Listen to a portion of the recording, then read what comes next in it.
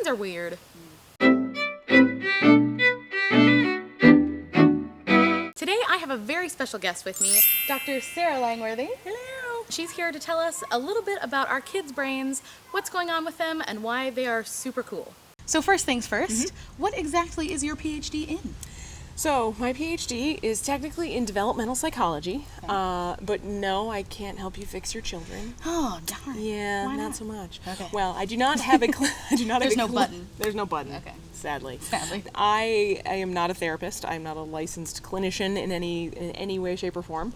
My degree was mostly focused on research, so basic research about the brain and about how kids think and learn, and how they are social with one another, and what they take away from their environments, and how that builds them to be better humans. So what's the most interesting thing about kids' brains? I think to me the most important thing to remember about kids' brains is that they are constantly changing and growing. So the early years we know are a period of huge brain growth and change. It's where a lot of the connections that are made between different parts of the brain, where those begin to happen, where kids are learning skills and beginning to learn how to walk and learn how to play with little things, fine motor control, those kinds of things. Names and all that stuff. Exactly, language and all of those kinds of things. That the brain is going through a huge period of growth and development, especially during those early years. And we know that there are other periods of development too, where the brain is especially susceptible to change, both positively and negatively. So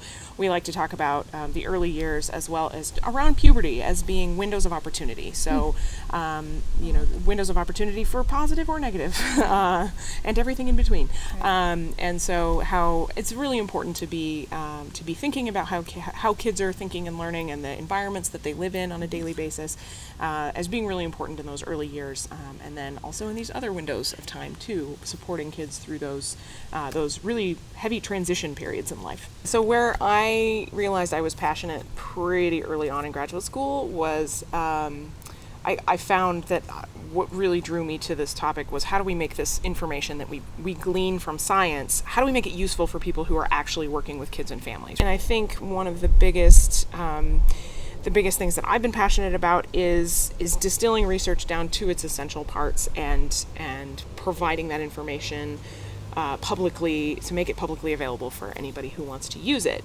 But understanding that the context that people are working in are very, very different. So the context that you're working in with a single family with a couple of kids is different than people who are running a child care center, for example. Yeah, and absolutely. so how do you make the information usable enough across that spectrum? And that's really, that's a challenge. And also, how do you take the jargon out of it? So how do you not assume that people have a base level of understanding of certain topics when actually no, you need to back up and explain, like, this is what we mean when we say this particular term. I think where I get most excited when I talk about child psychology and child development is when I get to talk to people about, well, what do we know what's going on, and how does this apply to what you're doing on a daily basis? I don't have any expertise in how to run a child care center or how to even interact with, two young ones on a daily basis. Like, that just is not, it's not in my realm of experience. Not something you've practiced yet. Exactly. Right. It is not in my realm of experience at this point. But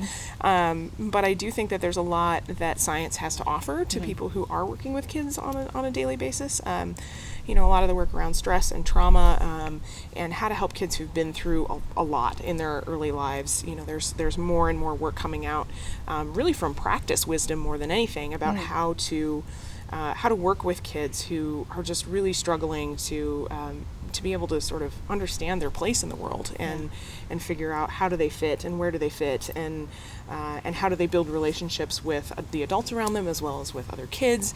And so there's a lot of emerging things that I think are not general knowledge out there that I want to make general knowledge out there, because I think they would be useful for people who are actually doing the work. One of the biggest things that the people who work with kids may misinterpret sometimes is a behavior that a kid exhibits. So throwing a temper tantrum or doing those kinds of things, that it's not about the parent or it's not about the caregiver. It's about what's going on in inside the child. In a lot of cases when we're talking about trauma and stress, we have to change the conversation from what's wrong with you to what happened to you. Yes. And understanding that kids have had these experiences that really shape the way that they respond to the rest of the world. So something that might look completely unusual to me, like why is this kid acting this way? This doesn't make any sense. Right. May make total sense for them given the environment that they're growing up in and the things that they've learned from their parents or caregivers or their neighborhoods, the lessons that they're learning just by living every day, that those really shape behavior, and that we need to understand that the behaviors aren't about us. It's about what's going on inside the child, and to kind of reframe in our own heads about how we approach that behavior, and how we really care for kids, especially kids who've been through a lot. What can we do to better our small ones' brains on a daily basis? So many things. I mean, I think the lesson that I like to talk about in cases like that, where you're either parenting a child or you're working with a specific family or that sort of thing, is just that it doesn't have to be super big and intense every moment of every day. I think we tend to overpack our lives, but the really meaningful parts of a child's development happen in those very simple daily interactions that you have. So whether it's washing the dishes together, or whether it's coloring time, or whether it's while you're cooking dinner, the small one is on the floor banging the pots and pans. Like, those are the really meaningful experiences, and cultivating those conversations with kids, and making sure you have back and forth. So, not just the yes/no questions, but, well, what color is that? Well, what does that look like? Or, what do you think of this leaf? And what does it do? What does it do? What does it look like? Like really engaging them in the conversation. Exactly. Those are the really meaningful experiences that kids take away and take with them throughout the rest of their lives. But really, it's about making sure that these children feel cared for on a daily basis, and that you care about them, and that they are loved. So lots of hugs and and that sort of thing too are always a good experience too, I think, for kids. Just making sure that they feel loved, and just having those simple everyday interactions. Yeah. So a little birdie told me that there is a book out in the world, a physical book with pages and words on it, that you wrote recently. Yes, Tell me about the book. I did a thing. She did a thing, guys. Yay! It's weird that I did a thing. So I recently published a book. It is called Bridging the Relationship Gap, Connecting with Children Facing Adversity. And it is all about the science of brain development and about early childhood, what we know about how little kids think and learn and grow, and also provides some really practical and useful strategies for professionals and people who are working with young kids, especially kids who face a lot of hardship early in life. So things like stress and poverty and trauma, and what that does to kids, and what we as professionals and people who work with and around families need to be considering when we're working with little kids. Absolutely.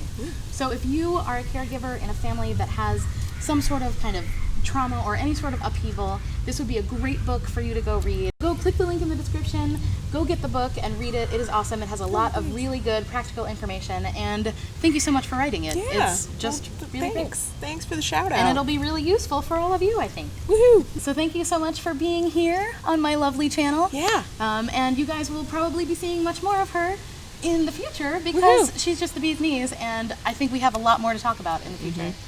If you want to follow Dr. Langworthy on her YouTube channel, I'll put it in a thing somewhere around here. You can click on it and go check it out, because there's so much fun stuff over there, and we can all geek out and be brain nerds together. Yay, brains! So what is your Twitter handle? My Twitter handle is @Dr. Langworthy, Dr. Langworthy, and then on YouTube, I am youtube.com/Developmental Enthusiast channel.